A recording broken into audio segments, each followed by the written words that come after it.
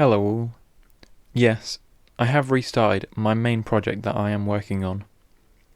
Why? Because there were many issues that I had with it. One of them being the colour palette, and the rest being having no real direction that I wanted to go for most of the development. Me not being the best with the limited colour palette, and finally, basically just making a walking simulator.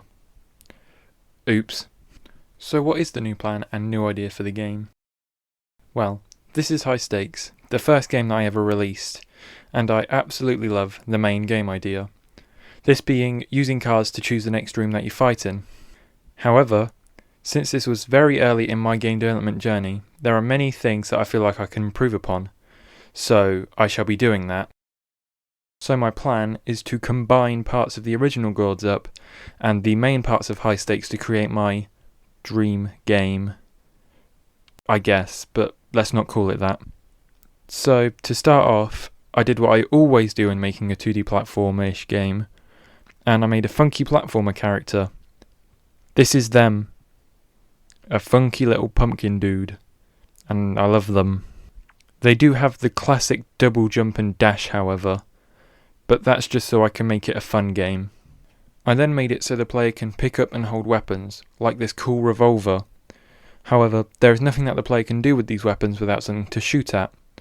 So, I did the classic high stakes studio thing, and I turned the classic mean mushroom into an enemy into the new game. And I think it looks kinda cute, even though it has a gun. And I do have plans for the future enemy styles, so that is pretty good. And now it's time for the part you've been waiting for. Maybe.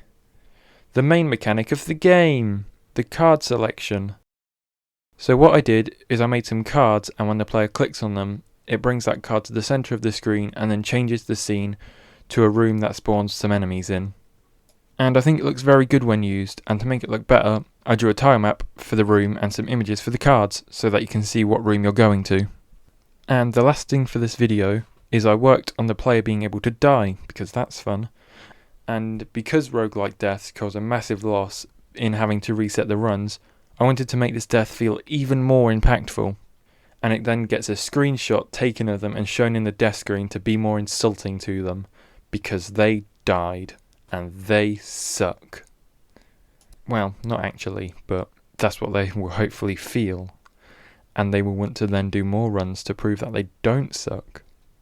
I do have many more things to show you in future videos, so keep your eyes peeled for them, and have a good day and subscribe.